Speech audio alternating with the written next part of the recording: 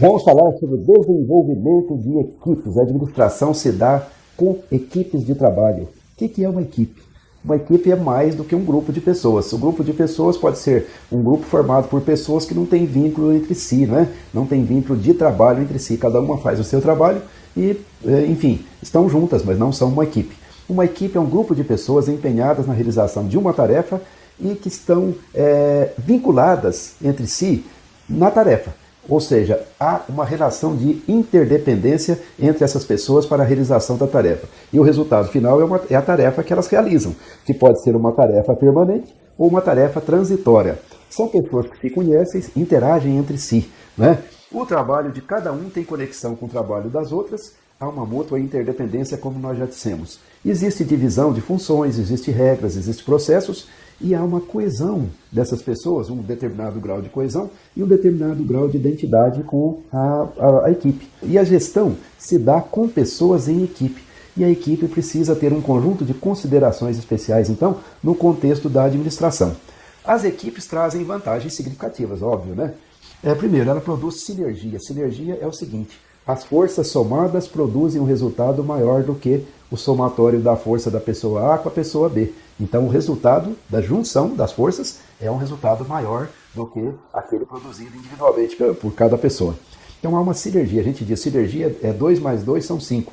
Bom, tem mais ideias, né? A equipe traz mais ideias, porque as pessoas têm visões diferentes, são orientadas diferentemente do ponto de vista mental, elas têm um histórico diferente. Então a equipe tem mais ideia do que as pessoas isoladas, naturalmente, né? As decisões tendem a ser melhores porque há uma discussão, há um policiamento das ideias ruins, há uma depuração das ideias. O comprometimento tende a ser maior também, porque as pessoas se estimulam mutuamente e também se cobram mutuamente, né? Então o desempenho costuma ser melhor, o comprometimento costuma ser melhor.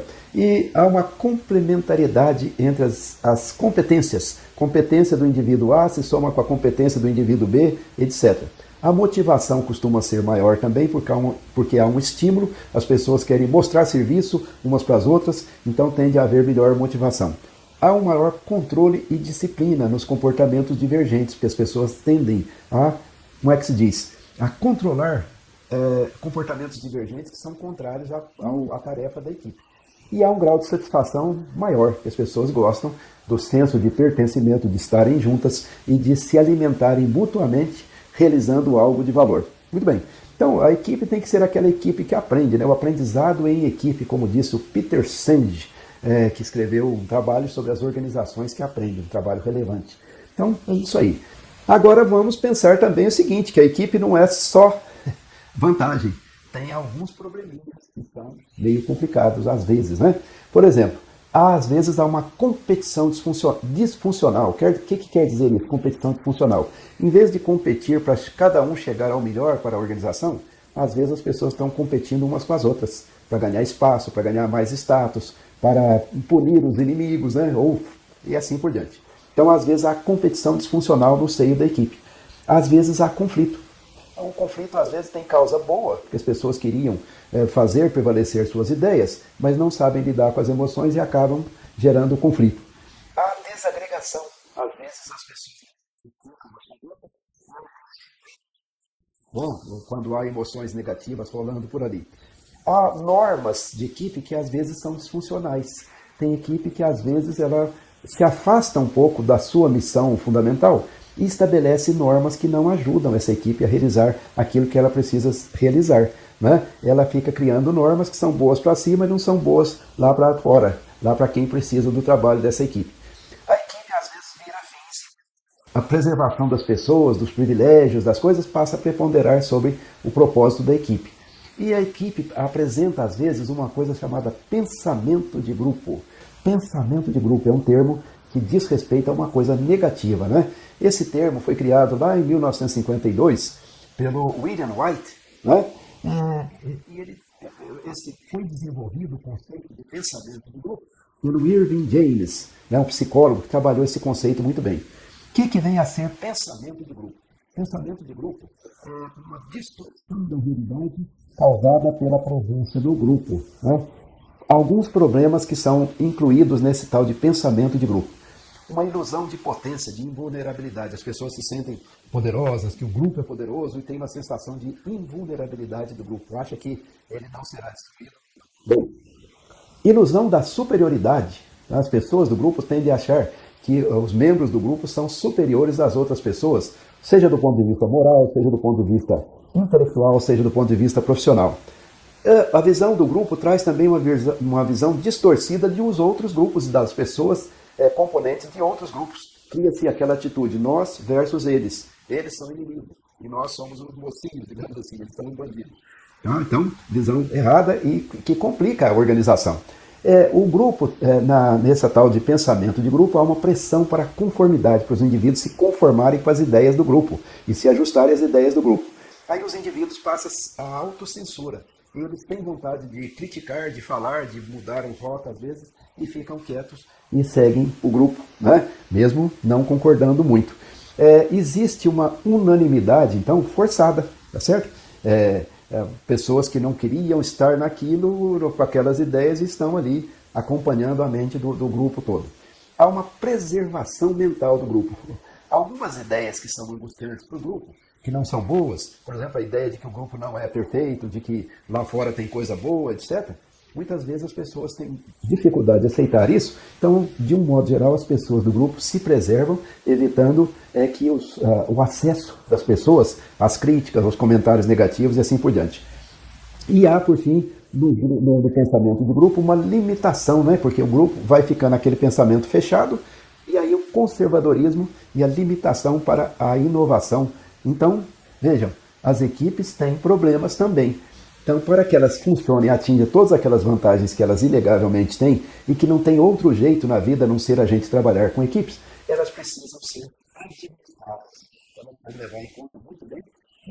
Esse é um dos trabalhos fundamentais do gestor, né? O gestor mais pessoas trabalhando em equipe, principalmente. Vamos ver, então, algumas regras para que as equipes funcionem adequadamente. Primeiro, vamos ver o que é uma equipe eficiente, né? Uma equipe eficiente é aquela que focaliza os resultados, é aquela em que predomina a cooperação, é aquela em que a competição é funcional, é a competição pelo bem do grupo, pelas melhores ideias para o grupo, é aquela em que há um acolhimento e uma celebração da diversidade, as pessoas não se incomodam com as diferenças, pelo contrário, elas aprovam a presença de pessoas diferentes, com ideias diferentes, com estilos diferentes, porque isso enriquece a equipe.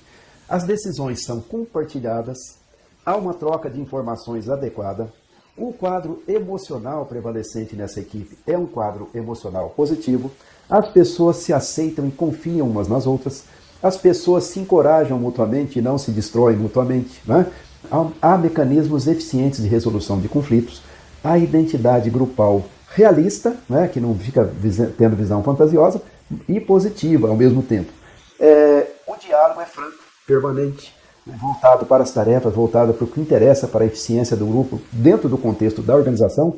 Não há espírito corporativista, aquele espírito de autoproteção, das pessoas se protegerem mutuamente contra o que está fora, contra os outros membros lá do ambiente, né, os outros grupos, as outras pessoas, contra quem demanda trabalhos desta equipe.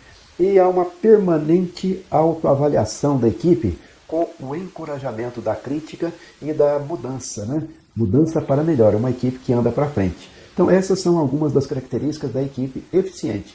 Agora, para chegar a ela, precisa de boa administração, tá certo? Vamos ver o que é isso então. Formação eficiente de equipes e gestão eficiente da equipe. Criar equipes de alto desempenho, de alto valor.